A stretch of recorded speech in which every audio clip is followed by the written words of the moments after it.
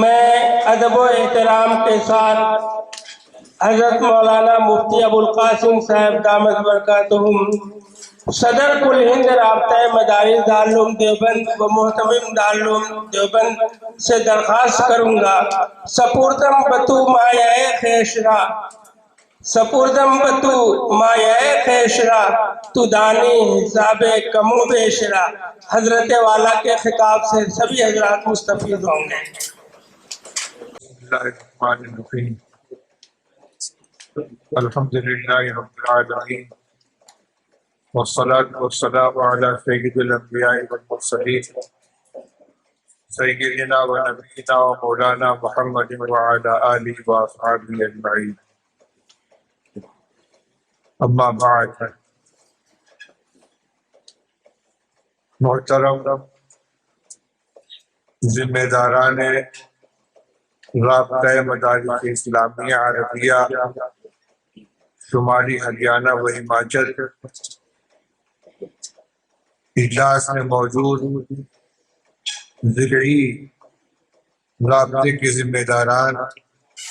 اور جملہ مدعوین علماء کرام و حاضرین مجلس، آج کا یہ اجلاس کوئی رسمی جلسہ نہیں ہے، بلکہ مدارس کے نظام تعلیم و تربیت کو بہتر سے بہتر اور زیادہ سے زیادہ مفید اور برابر بنانے کی مسلسل جدوجہد کا ایک اہم حصہ ہے۔ دارالعلوم دیوبند کے اندر رابطہ مدارس اسلامی عربیہ کا جو قیام عمل میں آیا، اس کے بنیادی مقاصد میں مدارس کے نظام تعلیم و تربیت کو چست و درست بنانا اور اس سلسلے کی تمام تدابیر کو اختیار کرنا، مدارس میں آپس میں ربط و ضبط کو مستحکم اور مضبوط کرنا، مدارس کو مسائل میں ایک دوسرے کا معاون بنانا، اندرونی اور بیرونی دشواریوں سے نبردآزما ہونے کے لیے تدبیریں کرنا، خامیوں کی نشاندہی کرنا، ان کی اصلاح کا طریقہ تجویز کرنا۔ اسی طرح مدارس کا جو کردار معاشرے کی اصلاح، مسلمانوں کی اجتماعی زندگی میں دینی روح پھونکنے کے سلسلے میں جو کردار ہے، اس سلسلے میں مدارس کو مستعد کرنا، ان کی ذمہ داری آمادہ کرنا، یہ تمام چیزیں شامل ہیں۔ نظام عمل کے طور پر مرکزی رابطے کے علاوہ صوبائی رابطوں کا قیام عمل میں آیا، پھر صوبائی رابطوں کے زیر انتظام ضلعی اور علاقائی رابطے کی مجلسیں قائم کی گئیں۔ آپس کے ربط و ضبط اور تعاون کو بڑھانے کا ایک اہم ذریعہ مشترک امتحانات ہیں۔ ہر مدرسے کا اپنا ایک نظام ہوتا ہے، کتنے طلبہ داخل ہوئے، کس جماعت میں پڑھ رہے ہیں، ان کی تعلیم کیسی ہو رہی ہے، ان کا امتحان کس طرح ہوا، کامیابی کے درجات کیا ہیں۔ پہلے یہ تمام کی تمام چیزیں ایک محدود دائرے کے اندر راز کے طور پر رہتی تھی۔ مدارس کی ایک معیار تعلیم اور ان کی کارکردگی کا کوئی نقشہ عام لوگوں کے سامنے نہیں آتا تھا۔ مشترک امتحانات کا بہت بڑا فائدہ یہ ہے کہ اس سے آپس میں مسابقت کا جذبہ پیدا ہوتا ہے۔ ایک مضمون میں 10 مدرسوں کے بچے اگر شریک ہو رہے ہیں تو ان کے نتائج کی روشنی میں مدارس کا معیار متعین ہوگا کہ کس جگہ اساتذہ کرام طلبا پہ کس درجے کی محنت کر رہے ہیں، ان کا نتائج کیسے آ رہے ہیں۔ یہ ایک مستقل نظام ہے، اس کے لیے کئی چیزوں کی ضرورت ہے جن میں اکثر باتوں کی طرف ان تجاویز میں اشارہ کیا گیا ہے۔ نمبر ایک یہ کہ دارالعلوم دیوبند کا جو متعین کردہ نصاب ہے، تمام مدارس اس کی پابندی کریں۔ ایسا ہوتا ہے کہ بعض مدارس اپنی سہولت کے لیے یا علاقائی تقاضوں کی بنا پر ابتدائی نحو صرف اور فارسی کے نصاب میں اپنا نصاب چلاتے ہیں، حالانکہ فارسی ہمارے یہاں مستقل نصاب کا جز نہیں ہے، لیکن فارسی زبان میں نحو و صرف کی کتابیں موجود ہیں، میزان الصرف ہے، نحو میر ہے۔ بہت سی جگہ ان کتابوں کے ترجمے پڑھائے جاتے ہیں، یا اساتذہ کرام نے اپنے تجربوں کی روشنی میں جو بعض رسائل مرتب کیے ہیں، جن کا دائرہ اپنی درسگاہ تک محدود رہنا چاہیے، ان کو تمام مدارس کے اوپر مسلط کر دیا جاتا ہے۔ اس کا نتیجہ یہ ہوتا ہے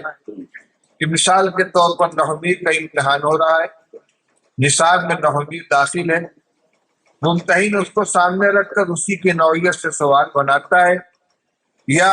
زبانی سوال کرتا ہے، اور طالب علم نحویر کی شکل تک نہیں دیکھی ہے، مسائل سے واقف ہے، اصول معلوم ہے،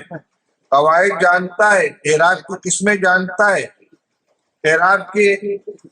احکام جانتا ہے، لیکن نحویر کی عبارت اور اس کے طرز بیان سے وہ واقف نہیں ہے، تو بڑی صلاحیت کا تعلیم ہونے کے باوجود ناکام ہو جاتا ہے۔ تو ایک تو نصاب تعلیم میں یکسانیت ہونی چاہیے، دوسرے مقدار خواندگی مکمل کرنے کی کوشش کرنی چاہیے، اور امتحان جب مشترک ہو تو ظاہر بات ہے کہ ایسے موقع پر تمام مدارس کے اندر مقدار خواندگی اگر یکساں نہیں ہے تو سب سے زیادہ یا سب سے کم مقدار خواندگی کو لینا یہ ناانصافی ہوگی۔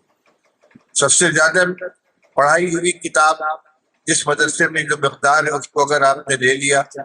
اور کسی مدرسے میں وہاں تک مقدار نہیں پہنچی ہے، سوالات اس کے اندر سے آ گئے، بچے کے لیے پریشانی ہوگی۔ اور اگر سب سے کم نصاب آپ لیتے ہیں تو جن مدارس نے محنت کر کے نصاب کی تکمیل کی کوشش کی ہے، زیادہ سے زیادہ کتاب پڑھائی ہے، ان کی افضلفی ہوتی ہے۔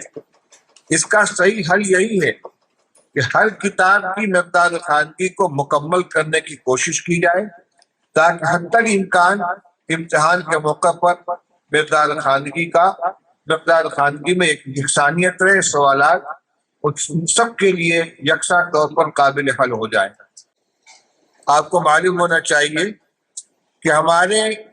مربوط مدارس کے مشترکہ امتحان میں دور حدیث تک کے امتحانات ہو رہے ہیں۔ جو صوبے متحرک ہیں، کشمیر میں حضرت مولانا محمد رحمت اللہ صاحب جو دارالعلوم دیوبند کے شورا کے ممبر بھی ہیں،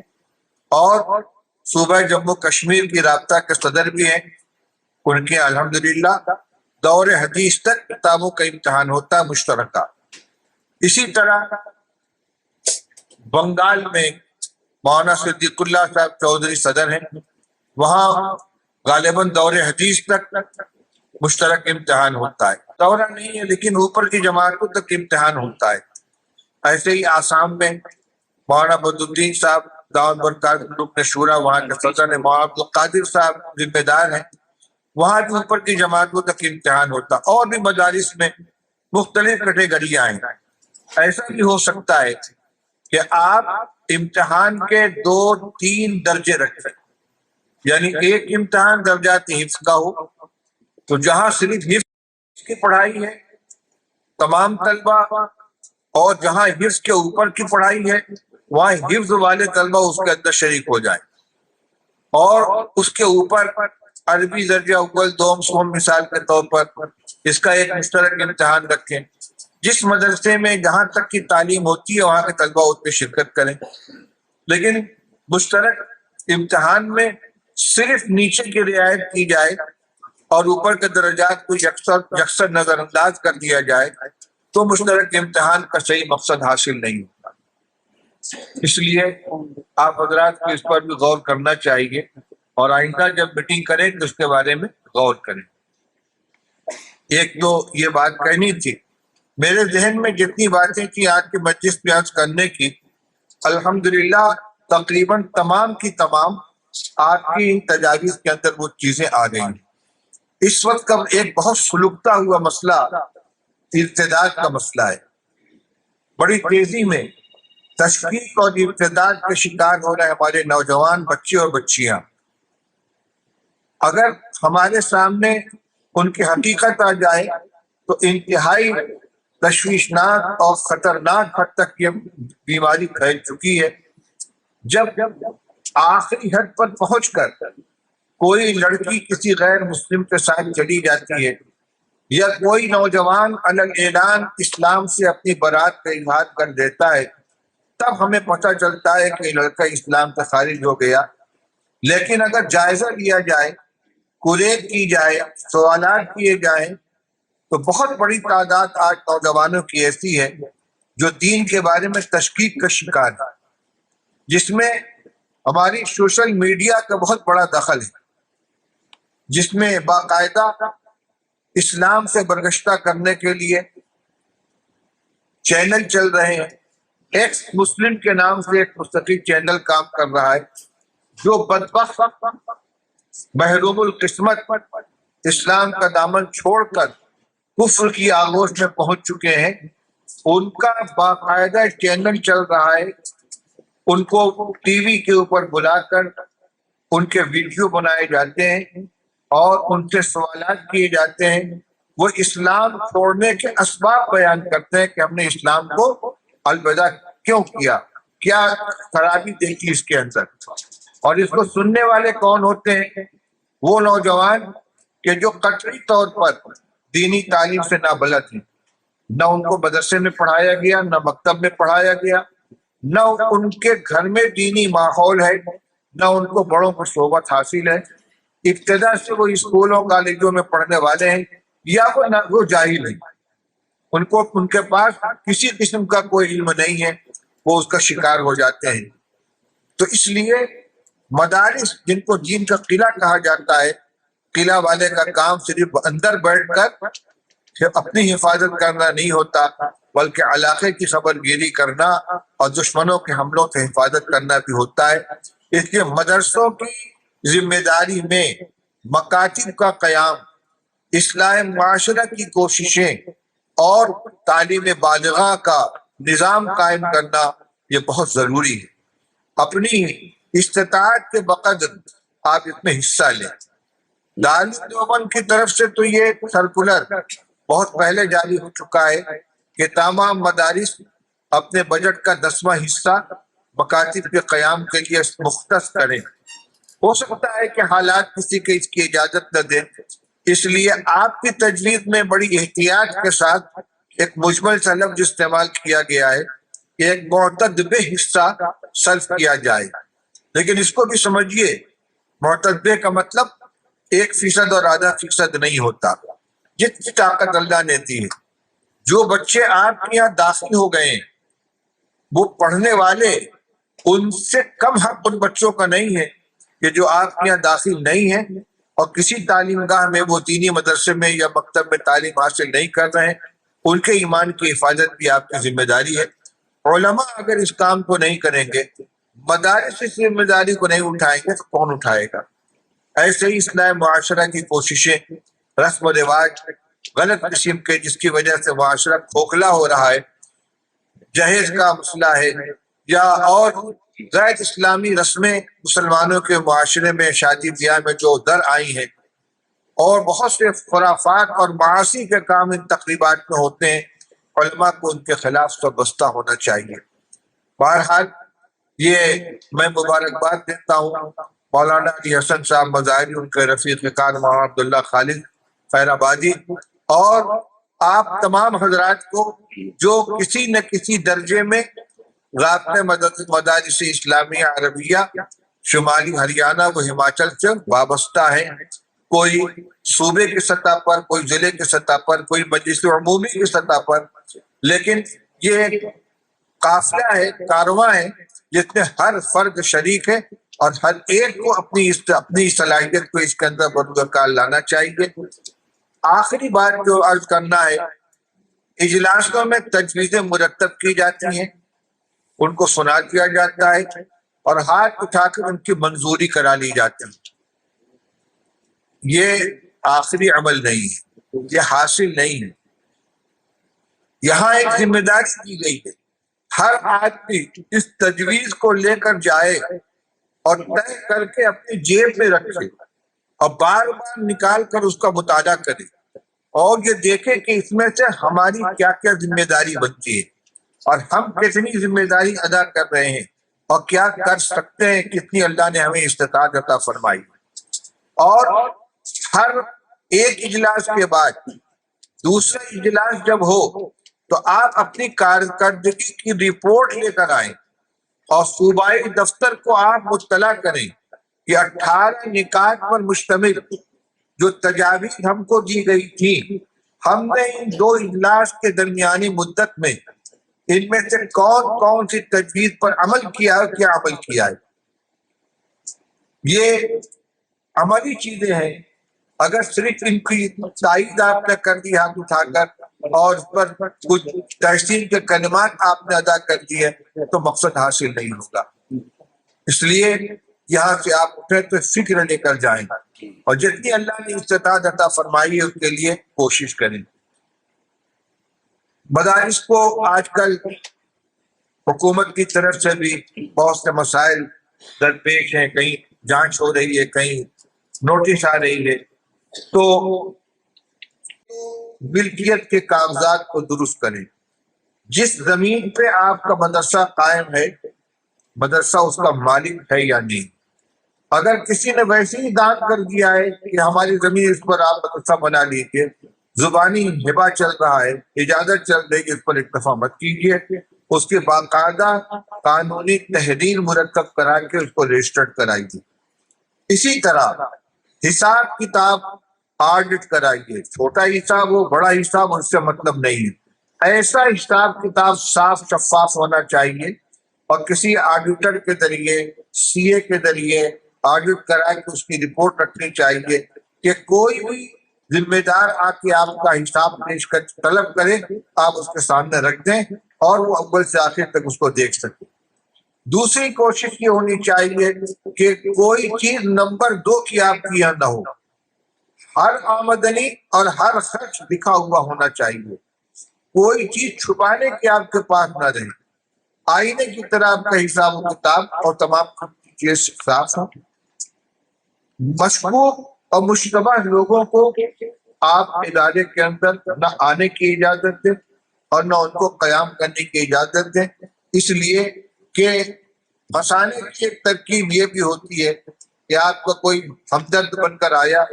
آپ کے یہاں قیام کرنا چاہتے ہیں، یہ 50,000 روپے ہماری طرف سے ہدیہ، اس کو رکھ لیجئے، اور غریب مدرسہ ہے، بہت شکریہ ادا کیا، بڑا اکرام کیا، اس کو لے کر رکھ لیا، اب بعد میں وہ گلے کا کانٹا بن گیا، اس کی وجہ سے پریشانی کا سامنا کرنا پڑ گیا۔ اللہ پر توکل رکھے، 2 پیسے 4 پیسے کا چندہ کر کے غریبوں کے تعاون سے مدرسہ چلائیں، لیکن ایسے کسی مشکوک شخص کو آپ اپنے یہاں بلانے کی کوشش نہ کریں، اور جو تجاویز منظور کی گئی ہیں ان کو ساتھ میں لے کر جائیں، غور کریں، اور جو چیزیں آپ کے کرنے کی ہیں اپنے مقام پر ان کو بھی انجام دیں، اور جتنا مشترکہ نظام کے اندر آپ کا حصہ بنتا ہے اس کو پوری ذمہ داری کے ساتھ ادا کریں۔ میں اب میرے پاس کہنے کے لیے کوئی الگ بات نہیں رہ گئی، پھر دہراؤں گا کہ یہ اپیل اور یہ تجویز اجلاس کا حاصل ہے، یہی گزارش ہے، یہی درخواست ہے، یہی آپ کے لیے فرمان ہے، سب کچھ یہی، اس کو آپ اچھی طرح سے محفوظ کریں اور ان پر عمل کرنے کی کوشش کریں۔ امتحان کے سلسلے میں اپنی بات دہراؤں گا کہ امتحان کا معیار اور بڑھانے کی کوشش کیجیے. درجہ حفظ تک اس کو محدود نہ رکھیے.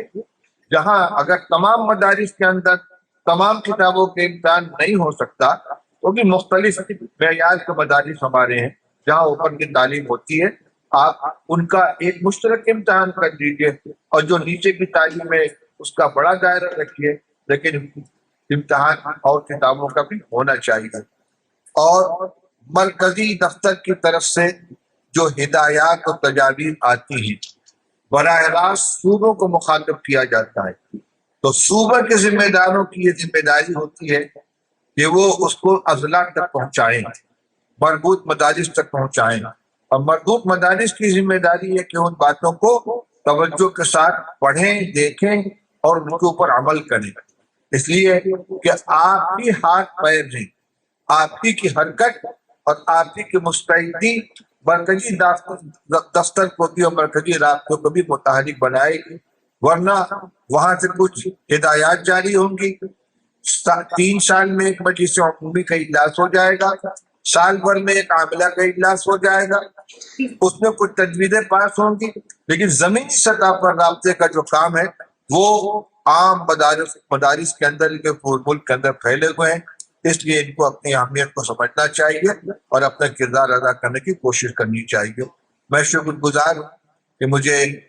اس اجلاس کے اندر حاضری کا موقع دیا گیا اور آپ تمام حضرات سے بالمشافہ گفتگو کرنے کی سعادت حاصل ہوئی. اللہ تعالیٰ ہم سب کو عمل کرنے کی توفیق عطا فرمائے. وآخر دعوانا الحمدللہ رب العالمین.